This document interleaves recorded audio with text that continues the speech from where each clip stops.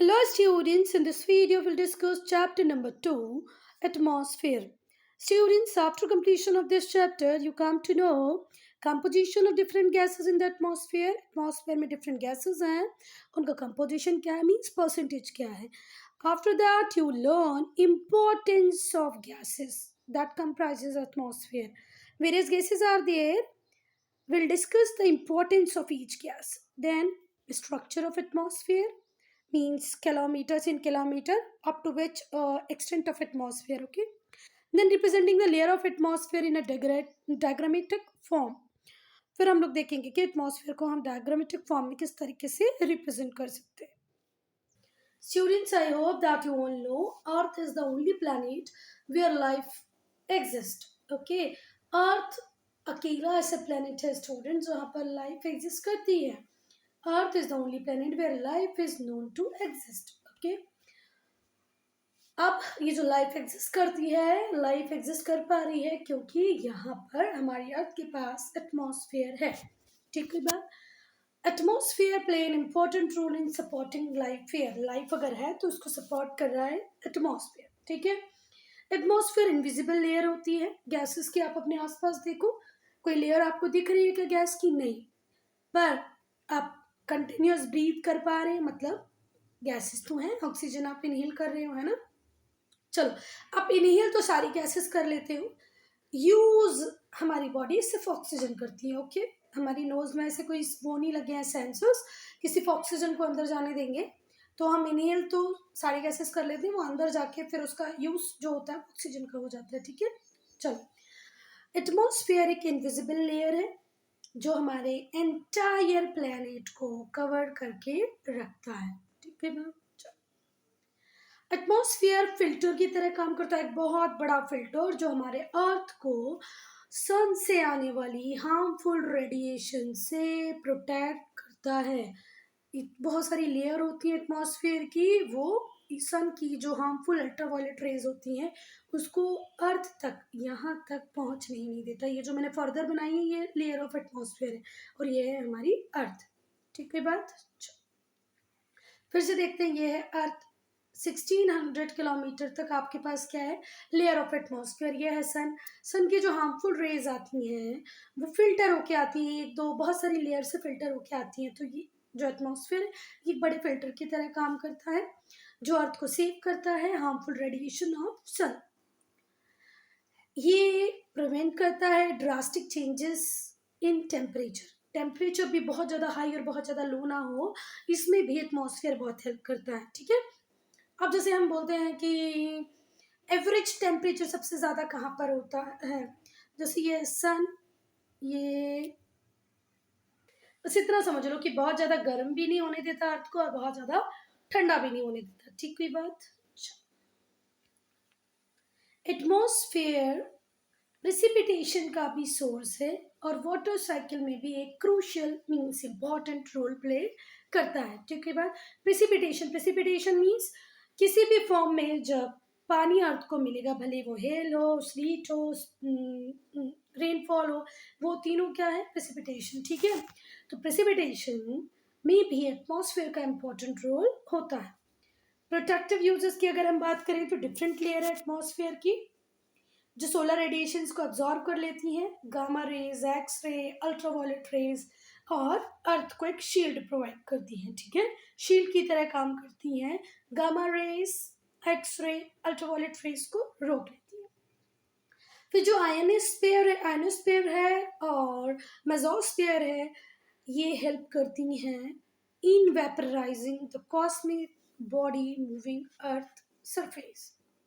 अब जैसे कोई मीटियोरॉइड या एस्टेरॉइड अर्थ की तरफ आएगा तो आयोनोस्फीयर, मेसोस्फीयर उसको क्या कर देती हैं बच्चा, पूरी तरह वेपराइज कर देती हैं, जिससे कि जो लॉस हो सकता था अर्थ को उस कॉस्मिक बॉडी से वो कम होगा. ठीक है बात. Thus minimising large scale destruction and damage of life and property. Climatic causes की अगर हम बात करें तो ऑप्टिमम टेम्परेचर अर्थ के ऊपर मेंटेन है जो हमारी लाइफ को सर्वाइवल बना रहा है. हम अगर अर्थ के ऊपर सर्वाइव कर पा रहे हैं, जी पा रहे हैं, तो वो ऑप्टिमम टेम्परेचर की वजह से, और उसको मेंटेन कौन करता है बेटा, atmosphere. thereby allowing the existence of life form on it. Earth के ऊपर अगर लाइफ फॉर्म एग्जिस्ट कर रहे हैं because of atmosphere as well. Atmosphere का भी इंपॉर्टेंट रोल है क्योंकि ये ऑप्टिमम टेम्परेचर को मेंटेन करता है. सेकेंड, बहुत सारी नेचुरल साइकिल्स को सस्टेन करने में भी हेल्प करता है एटमॉस्फेयर, जैसे कि वाटर साइकिल, ऑक्सीजन साइकिल, जो लाइफ के एग्जिस्टेंस के लिए बहुत इंपॉर्टेंट है. Can we live without water? No. Can we live without oxygen? A big no. So earth एक यूनिक प्लैनेट है because of all these, and all these exist. Water cycle, oxygen cycle, because of atmosphere. Miscellaneous use. Miscellaneous में हम लोग देखेंगे कि अगर हमें long distance communication करना है by transmitting the radio waves back to the earth from the ionosphere, अगर रेडियो कम्युनिकेशन पॉसिबल हो पाया है तो वो एटमॉस्फेयर के थ्रू ही पॉसिबल हो पाया है. लॉन्ग डिस्टेंस कम्युनिकेशन बिना एटमॉस्फेयर के पॉसिबल नहीं है. बेटा एक बात ध्यान से सुनना, अगर आप किसी कमरे में, किसी रूम में वैक्यूम क्रिएट कर देते हो ना, ठीक है, क्या क्रिएट कर देते हो? वैक्यूम. वैक्यूम की स्पेलिंग होती है VACWM. हम जो अभी तक स्पेलिंग लिखते आए ना, आप लोगों को लग रहा होगा ये सही है, ये वाली सही नहीं है, ये सही है. Vacuum, VACWM, vacuum. अगर हम कहीं पर वैक्यूम क्रिएट कर देते हैं ना, सपोज करो एक रूम है, रूम में वैक्यूम क्रिएट कर देती है, मैं कितना भी चिल्ला के बोलती रहूँ आपके कानों तक वो आवाज़ नहीं पहुँचने वाली. आई बात समझ में? तो कम्युनिकेशन के लिए तो एटमॉस्फेयर बहुत इंपॉर्टेंट है. The spectral phenomena of aurora are visible in the ionosphere only. Aurora borealis, aurora australis. एक कलरफुल बैंड दिखता है स्काई में, जैसे इंद्रधनुष देखा होगा ना आपने, लगभग वैसा ही और उससे भी सुंदर. वो आयोनोस्फीयर में ही इसके कारण ही विजिबल है ना, उसी में दिखता है. फिर weather balloons sent up in the lower layer of atmosphere help in forecasting the weather. जो हमने वेदर बलून भेजे हैं अर्थ की लोअर एटमॉस्फेयर में, ये फोरकास्टिंग करते हैं वेदर की.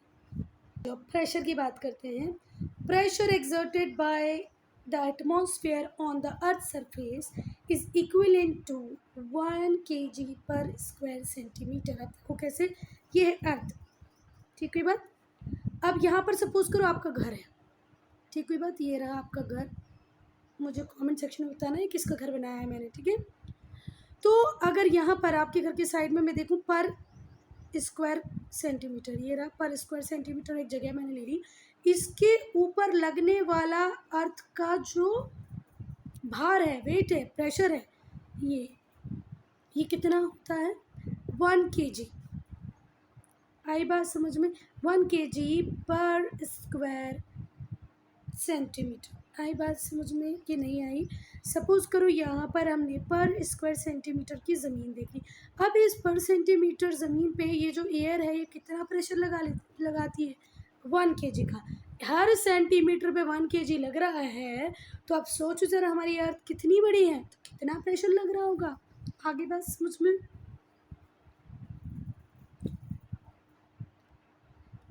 ये 1600 किलोमीटर तक जाती हैं एटमॉस्फेयर की लेयरें. तो ये अर्थ के ऊपर ये पूरी लेयर 1 सेंटीमीटर में कितना वेट लगा रही है? 1 kg.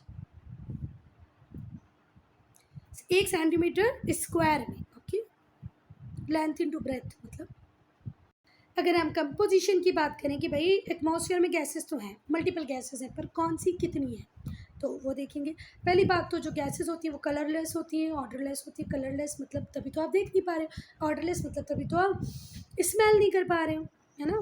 तो पर हमारे आसपास तो हैं, ये तो पक्का है ना. तो जो एटमॉस्फेयर का 99% है वो मेनली 2 गैसेस से ही बना है. एक है नाइट्रोजन, दूसरी है ऑक्सीजन. एटमॉस्फेयर का 99% consist only 2 gases, one is nitrogen and other is oxygen. Nitrogen सबसे ज़्यादा अबंडेंट गैस है एयर में, सबसे ज़्यादा क्या है? नाइट्रोजन है, ठीक है बात, जिसका परसेंटेज है 78. ठीक है, 78% क्या है? नाइट्रोजन. ऑक्सीजन सेकेंड प्लेस पे आती है, उसका कितना परसेंटेज? 21%. एयर में सबसे ज़्यादा कौन है? नाइट्रोजन 78. तो उससे कम कौन है? 21, ऑक्सीजन. फिर जो 1% बचता है, देखो 99% तो ये 2 गैसेस होगी, जो 1% बचेगा उस 1% में carbon dioxide, hydrogen, helium, argon, सारी गैसेस हो जाएंगी. अब 1% में सारी गैसेस आ गई। कौन सी गैसेस बेटा? कार्बन डाइऑक्साइड भी होगी, हाइड्रोजन, हीलियम, आर्गन होगी। Air also contains water vapour, dust, particles, smoke, and biological compositions such as pollen grains. Pollen grains, smoke, water vapor, dust, particles, carbon dioxide. These so many things constitute only 1%. चलो अब हम diagrammatic form में देखेंगे composition. Bar graph में देखेंगे 78% भाई हमारी nitrogen, 21% oxygen, other gases argon, neon, water vapour, dust, pollen etcetera. अब एक बहुत समझने वाली बात है बेटा, समझो। जैसे ये रहा अर्थ, तो अर्थ के पास जो एटमॉस्फेयर की लेयर होगी बेटा, ये सबसे हैवी होगी, मोटी, ताजी, भारी। ठीक है बात। और जैसे जैसे आप अपवर्ड जाते जाएंगे, इनका वेट कम कम कम और कम होता जाएगा। सबसे हैवी ये होगी, तो उससे थोड़ी कम ये हैवी, उससे कम हैवी, उससे कम हैवी, और इस तरीके से ये पूरा चलता रहेगा। So on and so forth. चलो जैसे जैसे आप अपवर्ड मूव करेंगे ग्राउंड से, जो एयर होगी वो लेस डेंस होती जाएगी। 99% जो एटमॉस्फेरिक मास है वो कॉन्सेंट्रेटेड है फर्स्ट 31 किलोमीटर्स में ही। और जैसे अगर हम एनसीईआरटीज़ की बात करें, तो एनसीईआरटी बोल रही है कि 1600 किलोमीटर तक एटमॉस्फेयर की लेयर है। कहाँ तक? 1600 किलोमीटर्स तक। पर जो 99% एटमॉस्फेरिक मास है, वेट है, वो शुरुआत के 31 किलोमीटर में ही है। आई बात समझ में? स्टार्टिंग के 31 किलोमीटर में ही बेटा 99% एटमॉस्फेरिक मास वजन होगा। जो अर्थ का मैग्नेटिक फील्ड है वो प्रोटेक्ट करता है एटमॉस्फेयर को from solar wind. Solar wind हमारे एटमॉस्फेयर को उड़ा के नहीं ले जाती। क्यों? क्योंकि अर्थ का मैग्नेटिक फील्ड उन्हें पकड़ के रखता है। The gravitational force of earth hold the entire atmosphere together. जो हमारा ग्रेविटेशनल फोर्स है किसका? अर्थ का, वो पूरे एटमॉस्फेयर को होल्ड करके रखता है, पकड़ के रखता है। ठीक है बात। Now atmospheric gases. जितने भी गैसेस एटमॉस्फेयर में हैं उनकी कुछ यूनिक प्रॉपर्टीज़ हैं। कुछ इंपॉर्टेंट गैसेस को हम लोग डिस्कस करेंगे। First nitrogen. Nitrogen is the most abundant gas, सबसे ज़्यादा यही है। कलरलेस है, ऑर्डरलेस है, टेस्टलेस है। टेस्ट भी नहीं आएगा, खुशबू भी नहीं आएगी, कलर भी नहीं है। Present in all living organism as a part of important biological molecule. हर लिविंग ऑर्गेनिज्म में, इधर प्लांट, ह्यूमन बीइंग, एनिमल्स, सब में ही रहेगी as a important biological molecule. ये ग्रोथ करती है लिविंग बीइंग की। पेड़ को बढ़ाना है, ह्यूमन बीइंग की हाइट हेल्थ को बढ़ाना है, तो nitrogen is very important. Then oxygen. Oxygen colourless भी है, ऑर्डरलेस भी है, टेस्टलेस भी है। जितने भी लिविंग ऑर्गेनिज्म हैं उन्हें ऑक्सीजन चाहिए होती है रेस्पिरेशन के लिए, सांस लेने के लिए, पूरी एक्टिविटी को कंप्लीट करने के लिए, फूड के डाइजेशन के लिए हमें क्या चाहिए? ऑक्सीजन। ठीक है बात। It also forms the ozone molecule that constitute ozone layer. ये ही ऑक्सीजन, ऑक्सीजन होती है O2, ओजोन। जैसे ऑक्सीजन O2 है, वैसे ही ओजोन O3 है। ठीक है। तो भाई O3 ओजोन जो हमारी प्रोटेक्टिव लेयर है, जो हमें अल्ट्रावायलेट रेज ऑफ सन से ही प्रोटेक्ट करती है, सन के अल्ट्रावायलेट रेज से प्रोटेक्ट करने वाली लेयर को हम बोलते हैं ओजोन। ओजोन ऑक्सीजन की वजह से ही फॉर्म हो पाती है ना। ऑक्सीजन इसका मेन एलिमेंट है, फिर उस पर हीट और दुनिया भर की रिएक्शंस होंगी। जब वो O3 मतलब ओजोन बन जाएगी, तो ओजोन के लिए ऑक्सीजन चाहिए। पर जो ओजोन लेयर है वो अपर पार्ट ऑफ एटमॉस्फेयर में आपको मिलेगी। ये जो लेयर है ये हार्मफुल अल्ट्रावायलेट रेडिएशंस को अब्सॉर्ब कर लेती है, जो कहाँ से आ रही होती है? सन से। Then argon.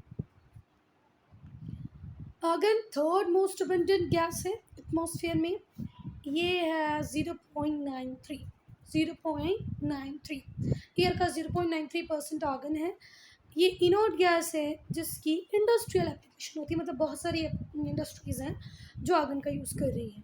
Then carbon dioxide.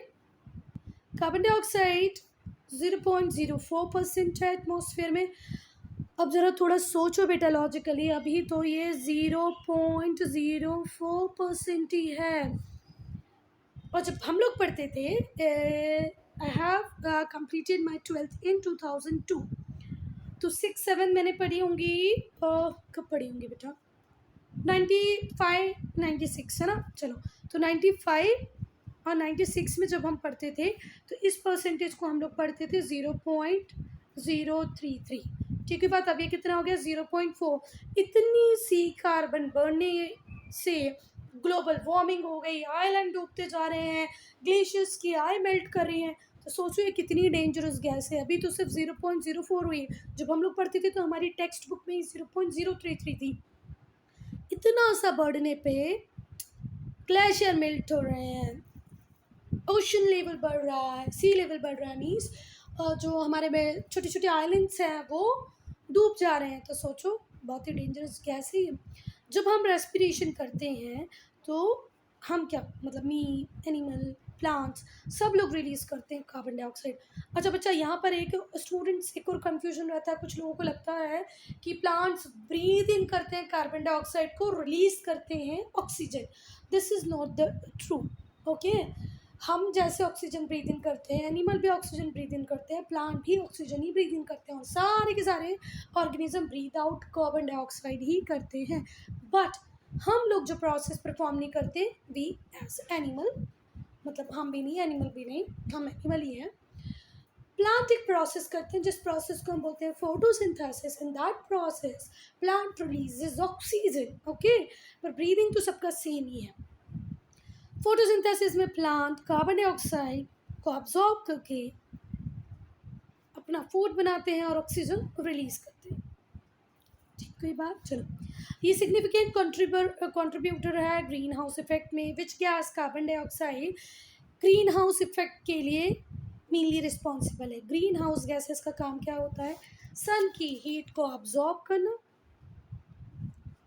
और अर्थ को वार्म करना, इनफ टू सस्टेन लाइफ। देखो, एक पर्टिकुलर डिग्री तक, 50 डिग्री तक अगर अर्थ वार्म हो रही है, नो इश्यूज, नो प्रॉब्लम, हम उसको वहाँ तक झेल सकते हैं। पर अगर वो 50 से बढ़ जाएगी तो फिर क्या होगा, और 50 भी बहुत ही क्रॉस लिमिट है बेटा, उसको भी झेलना मुश्किल है। तो क्या होगा, इसीलिए जो कार्बन डाइऑक्साइड है उसका कम से कम रहना ही अच्छा है। ना वाटर वेपर मेन एलिमेंट है वेदर फिनोमेना का, जो अर्थ के ऊपर होता है। वाटर कंस्टेंटली एवापोरेट होता है, ये आपने क्लास 3 से पढ़ा है। अर्थ के सरफेस से फिर ये ऊपर जाता है, क्लाउड्स बनाता है और रेनफॉल के फॉर्म में वापस आ जाता है ना। सुना है ना सबने, कुछ एक्सप्लेनेशन की इसमें ज़रूरत नहीं है। तो जो वाटर वेपर है उसका एक इम्पॉर्टेंट रोल है हाइड्रोलॉजिकल साइकिल में। ये एटमॉस्फेयर में ह्यूमिडिटी को मेंटेन रखता है। नाउ स्ट्रक्चर ऑफ एटमॉस्फेयर, एक यूनिक फीचर है अर्थ एटमॉस्फेयर का, वो है स्ट्रैटिफिकेशन। यहाँ तक एक लेयर रहेगी, फिर यहाँ दूसरी लेयर, तीसरी लेयर, और इस चीज़ को क्या कहते हैं, स्ट्रैटिफिकेशन। हर लेयर जो एटमॉस्फेयर की है उसको डिस्टिंक्ट रोल मिला है और वो अपने रोल को प्रॉपरली बहुत बढ़िया तरीके से प्ले करती है। हम लोग देखेंगे हर लेयर का इम्पॉर्टेंट फीचर और उसका सिग्निफिकेंस। उसका इम्पॉर्टेंट फीचर भी देखेंगे और उसका सिग्निफिकेंस भी देखेंगे। पहली लेयर एग्जॉस्फेयर, ठीक है, 700 किलोमीटर तक मिलेगी आपको ये। इसमें सैटेलाइट होगा। सैटेलाइट जो हम लगाते हैं बेटा वो किस लेयर में लगता है, एग्जॉस्फेयर में। फिर थर्मोस्फेयर। अच्छा, यहाँ पे टेम्परेचर की भी बात कर लें तो 2000 डिग्री सेंटीग्रेड से भी ज़्यादा होता है। फिर थर्मोस्फेयर में टेम्परेचर 1500 डिग्री सेंटीग्रेड तक रहेगा। यहाँ पर स्पेस क्राफ्ट, अरोरा, मतलब जो बैंड ऑफ कलरफुल लाइट दिखते हैं वो यहीं दिखेंगे। देन मेसोस्फेयर में -85 डिग्री तक टेम्परेचर रहेगा। यहाँ पे मीटियोर सारे ख़त्म हो जाते हैं। स्ट्रेटोस्फेयर में 0 डिग्री टेम्परेचर। यहाँ पे रेडियो साउंड वगैरह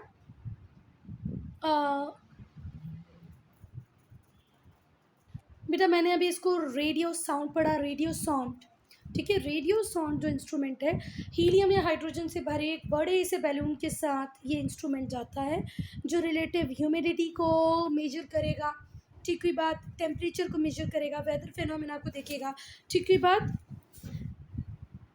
रेडियो साउंड, ठीक हुई बात, एक इंस्ट्रूमेंट है, ये बलून होता है जिसमें हाइड्रोजन या हीलियम होती है, इसको ऊपर लेके जाती है, और ये जो इंस्ट्रूमेंट होता है ये वेदर फिनोमेना को देखेगा, ठीक है, ह्यूमिडिटी को मेजर करेगा।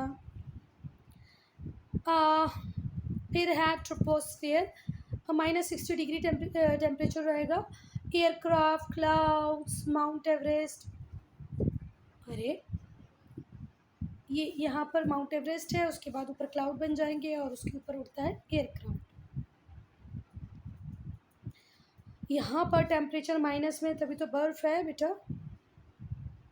फर्स्ट एटमॉस्फेयर की लेयर है ट्रोपोस्फियर। ये ग्रीक वर्ड ट्रोपोस, जिसका मतलब होता है टू चेंज, और सर्क्यूलेट से लिया गया है।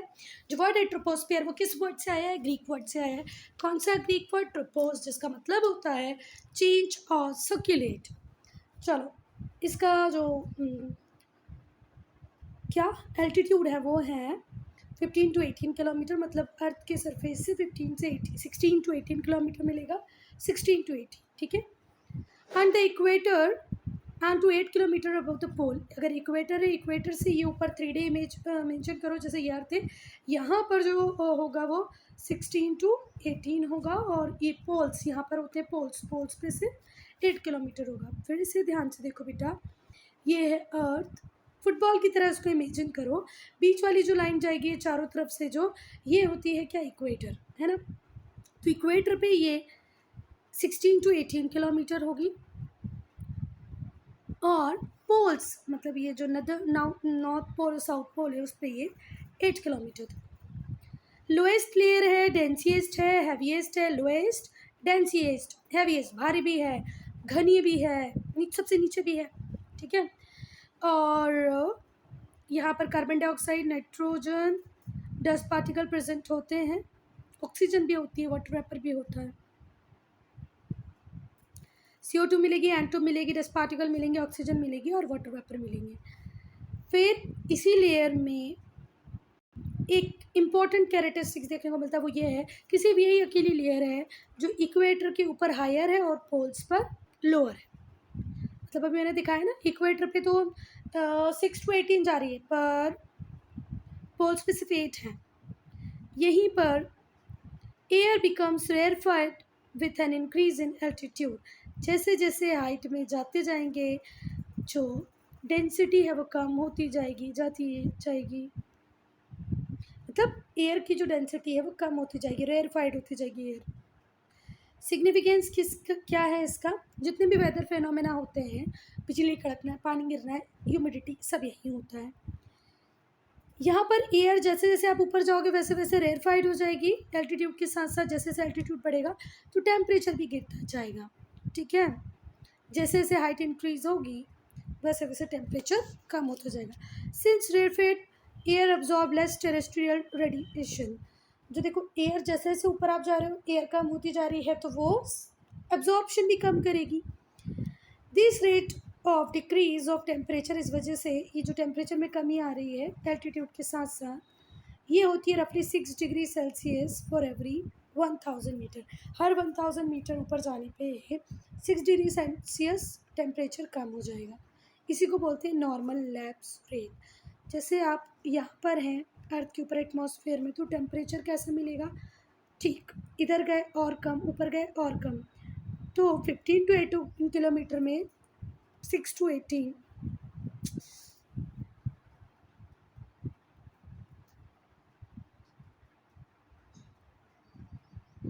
16 to 18, ठीक है। कहीं जगह 16 है, कहीं जगह 18 है। तो जैसे जैसे 18 तक आप ऊपर पहुंचते जाएंगे आपका टेम्परेचर कम होता जाएगा, और 1000 मीटर्स पे कितना कम होता है? 6 सेंटीग्रेड तक कम हो जाता है। सेंटीग्रेड नहीं, सेल्सियस। और ये जो टेम्परेचर कम हो रहा है हर 1000 मीटर ऊपर जाने पे 6 डिग्री सेल्सियस का, इसी को हम बोलते हैं normal lapse rate. This makes mountain frozen even at low altitude. और इसी के कारण जो माउंटेन्स हैं वो बहुत लो एल्टीट्यूड पे पर भी फ्रीज हो जाते हैं। हिमालयन माउंटेन पे बर्फ जमी हुई है, क्यों? नॉर्मल लैप्स रेट की वजह से। जो अब्जॉर्प्शन है हीट का इस लेयर में is a positive green house effect, जो हेल्प करता है ऑप्टिमम टेम्परेचर मेंटेन करने में। इस पर्टिकुलर लेयर में जो आप हीट को ट्रैप कर रहे हो उससे ऑप्टिमम टेम्परेचर मेंटेन रहता है, जिससे लाइफ पॉसिबल होती है। मॉइस्चर के प्रेजेंस के कारण जो डस्ट पार्टिकल्स हैं The presence of moisture and dust particle assist in propagating the water cycle. Dust particle भी है, moisture भी है, और इसी वजह से water cycle propagate होती है. ऑक्सीजन, कार्बन डाइऑक्साइड जो है इस लेयर में, उसको ह्यूमन बीइंग, प्लांट, एनिमल सब कंज्यूम करते हैं. वेरीज. अच्छा, सेकेंड लेयर आ गई जिसको हम बोलते हैं ट्रोपोपोज. ये 11 किलोमीटर से 20 किलोमीटर तक मिलेगी. टेम्परेचर यहाँ पर कांस्टेंट रहता है. और ये ट्रोपोस्फेयर और स्ट्रेटोस्फेयर के बीच में है. कन्वेक्शन नहीं होता है. ट्रोपोपोज में कोई कन्वेक्शन नहीं होगा. ये स्ट्रेटोस्फेयर और ट्रोपोस्फेयर के बीच में होती है. स्ट्रेटोस्फेयर ये 50 किलोमीटर तक मिलेगी आपको. Up to 50 kilometres above earth surface, 50 kilometre तक स्ट्रेटोस्फेयर मिलेगी. This layer is rarefied. बेटा इस वर्ड को पढ़ते हैं रेरिफाइड, और इसका मीनिंग हो रहा है लैक ऑफ ऑक्सीजन. क्या होता है? Lack of oxygen. Rarefied, lack of oxygen. तो इस लेयर में जैसे ऐसे आप जा रहे हैं ऊपर, ऑक्सीजन नहीं है.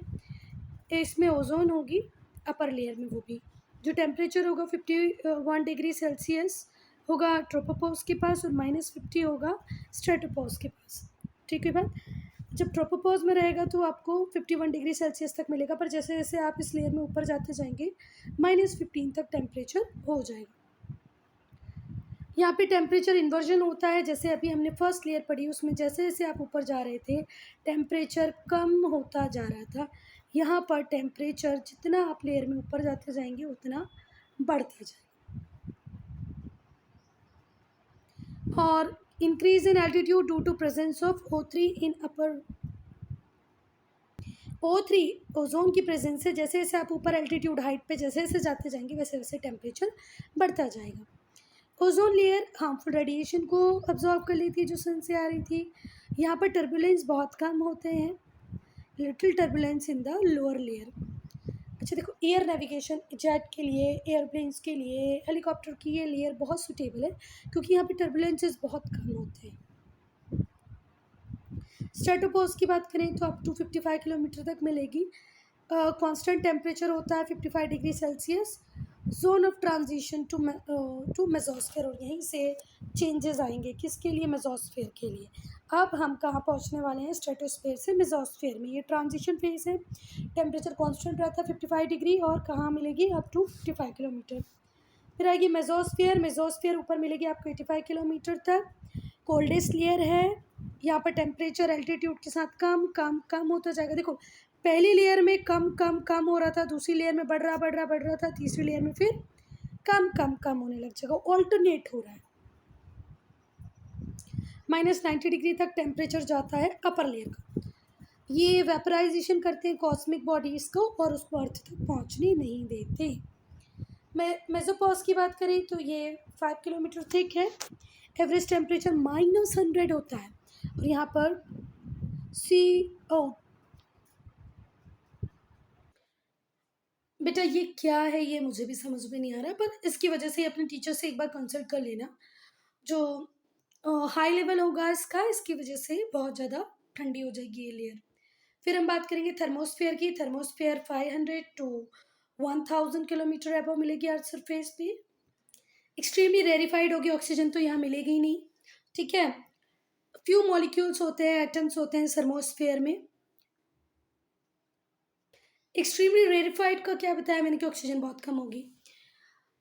वहाँ पर बहुत कम मॉलिक्यूल होंगे, बहुत कम एटम होंगे थर्मोस्फेयर में. इवन ये हीट का भी बहुत कम अमाउंट अब्जॉर्ब करते हैं. क्या काम है भैया थर्मोस्फेयर का? एक्स-रे, यूवी रेस को अब्जॉर्ब कर लेता है, अर्थ तक नहीं पहुँचने देता. आयोन्स अलाउ करते हैं, कम्युनिकेशन को पॉसिबल बनाते हैं. कम्युनिकेशन सिग्नल्स को अर्थ अगर कम्युनिकेशन सिग्नल्स को रिसीव कर पा रहा है सैटेलाइट से, तो वो इस लेयर की वजह से ही. ठीक है बात.